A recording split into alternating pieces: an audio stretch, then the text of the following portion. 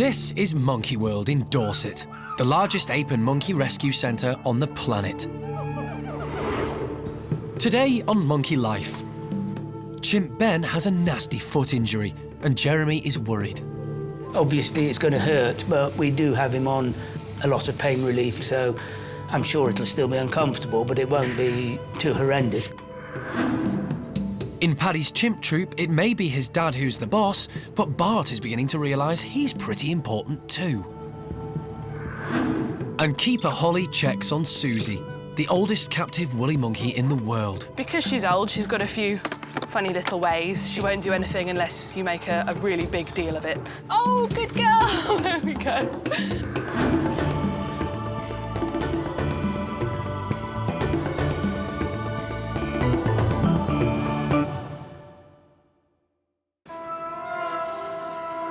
Monkey World is home to 248 primates. Each and every one of them needs to be cared for when they get ill or injured. Inside Hananya's chimp house, animal director Jeremy is checking up on Ben, who has an extremely nasty foot infection. He had a wound on his foot, which wasn't too horrendous at all, quite a normal chimpy sort of wound on the foot.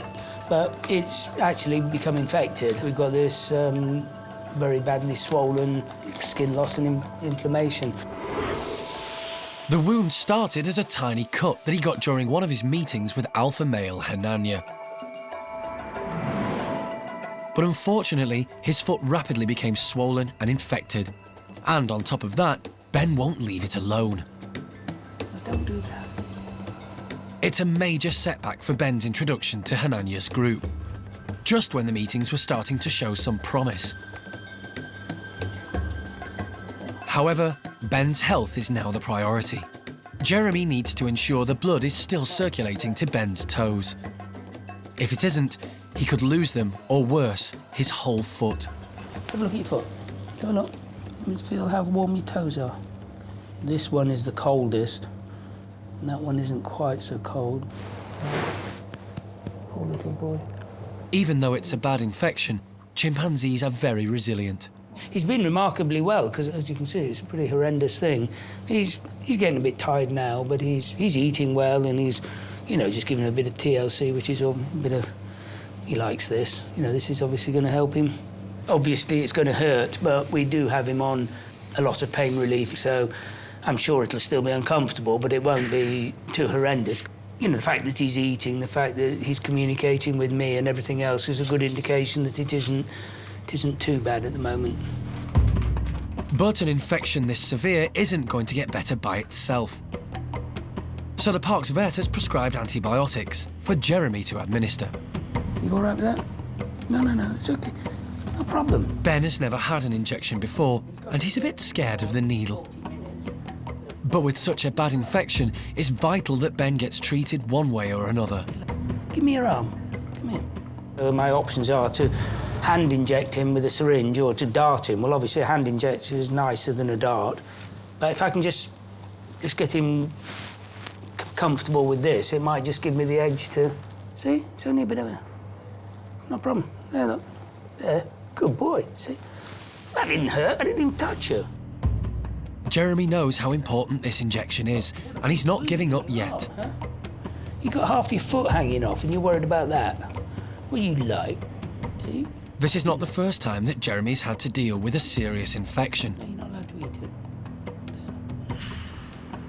it. 18 months ago, over in the Bachelor Boy enclosure, 24-year-old Jimmy had an equally nasty injury. Just like Ben's foot, it started as a minor wound, which became infected and got much worse as he picked at it. Jim leg. Good boy. But because of Jeremy's unique relationship with the animals at the park, he could get up close with Jimmy to ensure he had the treatment he needed, often risking his own safety. I reckon I can go in with him. And now Jimmy's knee has fully healed, and he seems to have put his troubles behind him. Hopefully, Jeremy can do the same for Ben and help him pull through. But later, Ben can't overcome his fear of needles, so Jeremy has another idea. Just playing with this syringe here, it's just not going to happen. Whereas if I can lull him against the mesh and then one of the girls can trick him. And orangutan Dinda struggles to overcome a bad case of vertigo.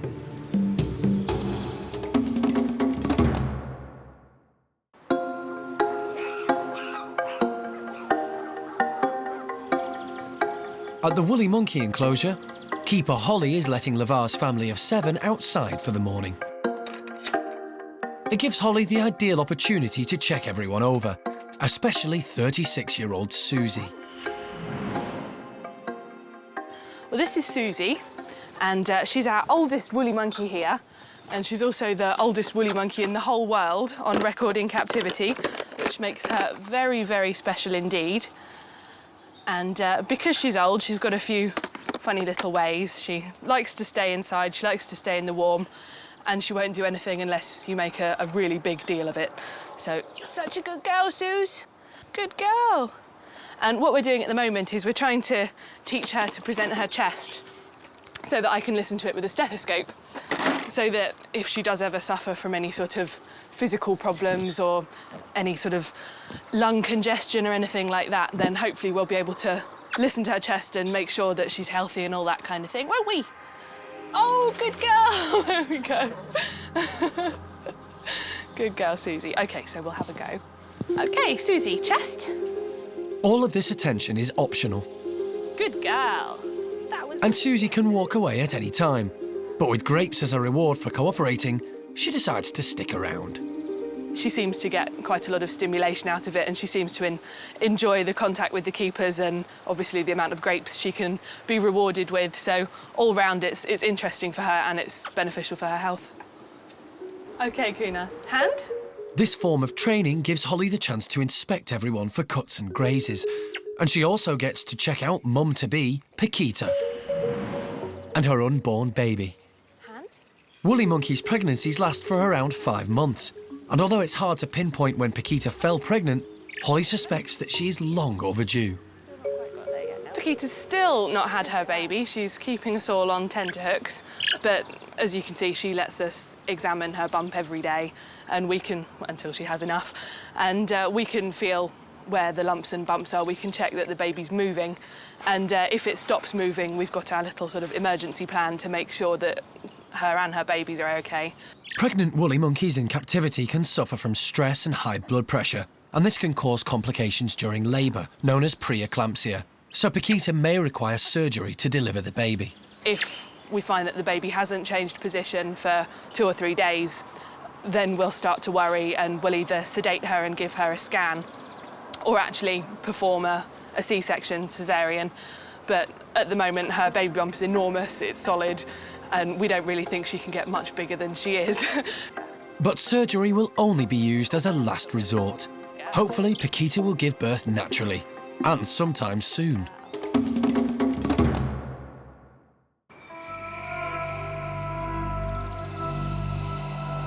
Back over at Hananya's chimp house, animal director Jeremy is still trying to get Ben to take his injection. What about that? What you like? No, you're not allowed to eat it. This will be the first dose of a course of antibiotics, and it's vital that Ben gets this medication to treat the bacterial infection to his foot. You big Wendy. What you like? But he clearly isn't keen on the idea. Have it touched you? See? No, they're not. There. And it looks like Jeremy's going to have to come up with another plan. There. Just playing with this syringe here, it's just not going to happen. Whereas if I can lull him against the mesh and then one of the girls can trick him, possibly. We've got nothing to lose. Keeper Hannah moves into position with the needle. You turn around here. Cuddle me like that. They've only got one chance to get it right. What's about half of it? Most of it went in, but as the wound is severe, Jeremy needs to ensure Ben takes the whole dose. Actually, now would be a good time for me to while he's still fussing with that, I could attack him from a different angle. So he relies on his unique relationship with Ben and just goes for it. There you go. Let's go. There you go. He's had it all now. He's got that wound on his foot and he's making this big fuss about the finest little needle in the world. Ben's going to have to put up with a lot more injections to treat his foot. So hopefully he'll get used to the needle sooner rather than later. But right now, Ben just needs a hug from his old friend. I want to cuddle. I want to cuddle. I really want to cuddle.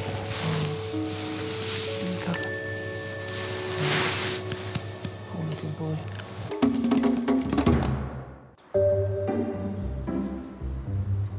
At Monkey World in Dorset, there's one small ape who's growing in confidence every day. And that's baby Bart. Things are going really well. We're really pleased with how he's doing. He's developing really well. In comparison to some of the smaller monkeys, chimpanzees actually develop quite slowly.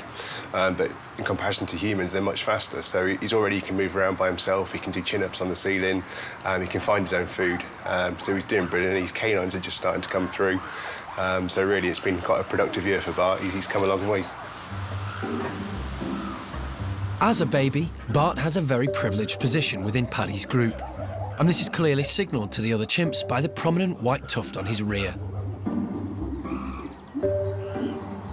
Basically, it's there so the females can actually locate them. When they're in the forest, it means they can keep an eye on them, and it also is a sort of a signal of rank.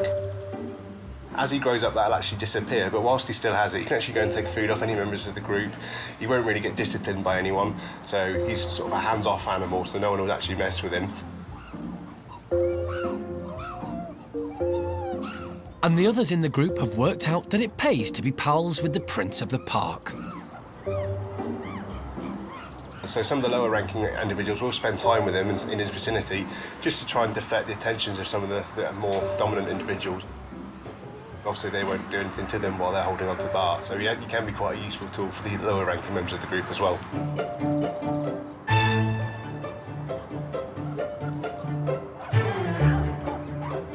Not only have the lower-ranking members benefited from Bart's arrival, but it's also had an amazing effect on Mum Susie's popularity.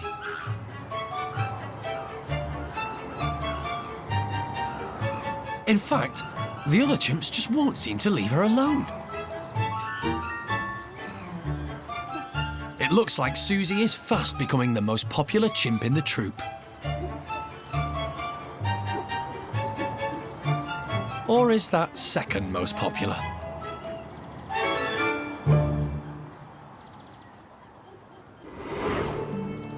Later, orangutan Dinda has to overcome her fear of heights if she wants to get some of those treats. And just why is woolly monkey Paquita looking so tired? Paquita looks absolutely worn out at the moment. She's had a pretty rough time and she's got bags under her eyes. She's sort of shuffling along.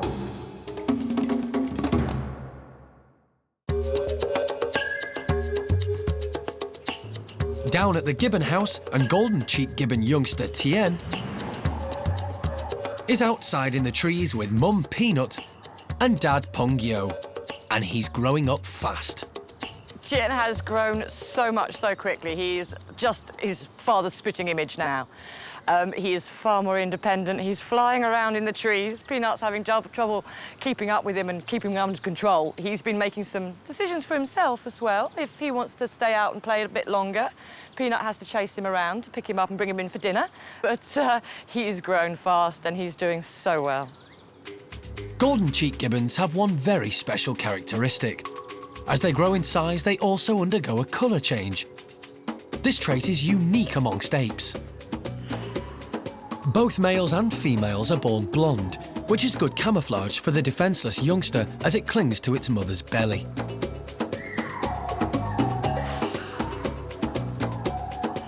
But before the young males and females reach a year old, their fur starts to turn black. Tien began this transformation a while ago. He started his colour change at about 8 months of age. We first saw the first whiskers. He sort of got a little black moustache and his chin was going dark. But those are the very first indications. So it's taken him quite a while to change colour. But now, at 2 years old, his transformation is complete. And just like his dad, he'll remain black with those distinctive golden cheeks for the rest of his life. But the young females go one stage further. The females go through a second colour change and end up completely blonde with just a black cap on the top of their head. Tien's mum, Peanut, went through this transformation 4 years ago. Over 11 months, she went from black through a brindled colour to golden. Tien may still be dependent on his mum, but now there's no mistaking who's who.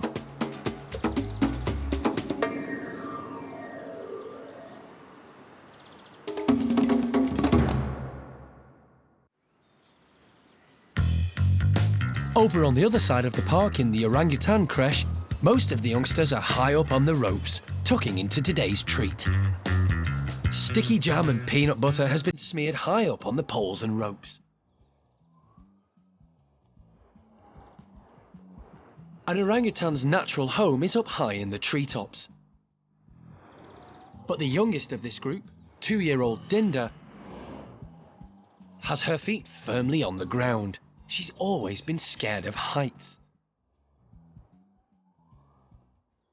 The idea is that by placing treats high up in the enclosure, it'll encourage the youngsters to learn climbing skills that they would have learnt from their mothers in the wild. And while most of them are budding gymnasts,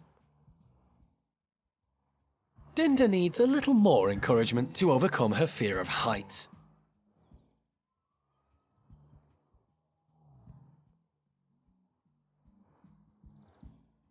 But she's not getting it from foster mum Ame.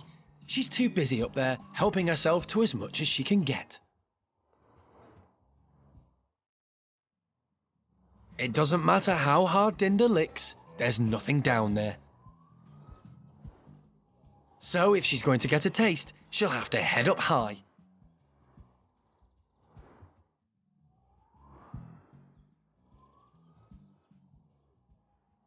Little by little, she moves up the ropes.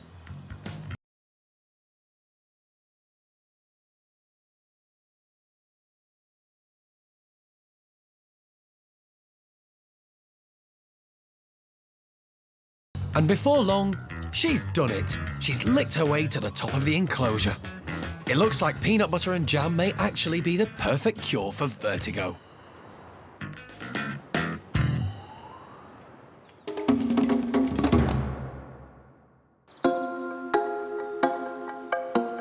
In the Woolly Monkey House, and there is wonderful news. The big event that the park has been waiting for has finally happened. Paquita has given birth to a healthy baby boy. Paquita looks absolutely worn out at the moment. She's had a pretty rough time and she's not been a mum before, so this all takes quite a lot of getting used to for her, and she looks very tired. She's got bags under her eyes. She's sort of shuffling along, trying to learn how to be a mum and how to support the baby, and it'll take a while for her to get her rest back, but she's doing okay. There have now been 6 woolly babies born here at the park. Unfortunately, not all the mothers have cared for their offspring, and some have had to be hand-reared. But so far, things are looking positive for Paquita. Although this is her first baby, and it's only a few hours old, she's giving every indication that she's going to be a good mother. We're keeping a very close eye on her, but at the moment all of the signs are very good. She's caring for the baby, she's carrying it round. We've heard sucking noises, which may be suckling, but again, we don't want to make assumptions, but it's going to the toilet as well, which is a good sign that milk is passing through it. She seems to have really good mothering instincts. She's constantly checking he's okay, perhaps even more than she needs to. She's cleaning him, and every time she moves around, she's sort of super cautious. If she needs to hang on with her tail, she supports him with one arm, and if her tail's free, she'll tuck it between her legs and press him up to her belly. So as far as his safety goes, I think he's doing pretty well. As with all newborns, Paquita's youngster is extremely vulnerable, but Holly knows what signs to look out for if things begin to turn for the worse. As far as the baby's health goes, we want to make sure that it's strong, that it's holding on well. Paquita's got very long abdominal fur that it grows specifically so that babies can cling on to their mothers. We want to make sure that it's clinging on tightly, it's not just her supporting the baby. And naturally their tail is in a spiral shape, and if that spiral starts to drop out and its tail becomes limp or its head starts to roll back, it's a good indication that it's not feeding, it's becoming weak, and we might have to step in. But at the moment, none of that's happening. The baby's clambering about. It's even been on Paquita's back, which they're not supposed to do. And it's been back again, and they're getting on very well. And at the moment, things are looking quite positive. Holly has built up a trusting relationship with Paquita, and the new mum is happy to allow Holly to check over the baby. Physically, he's quite small. His body size is quite small, but for some reason his hands and feet are absolutely huge, and his tail is enormous. But given the size of his mother, she's a very big woolly monkey, and his dad, Lavar, is enormous as well. Perhaps it's like with puppies, if your puppy has enormous feet, you know it's going to grow into a big dog. So we're thinking we're going to end up with quite a big woolly monkey. At the moment, Paquita seems to be the perfect mum. But it's still early days, so Holly will be spending lots of time with Paquita in case they have to step in. Next time. It's a race against time as Ben's infection seems to be spreading to the other chimps. If you can get them on the right antibiotics, and if they leave them alone, there's every chance they'll heal up. But there are two big ifs there. The orangutans are watching their weight. So we got about 15 kilos there. And the lemurs and macaques meet for the very first time. Even though those guys don't really belong together, if it's good for the remaining years for those individuals, why not give it a go?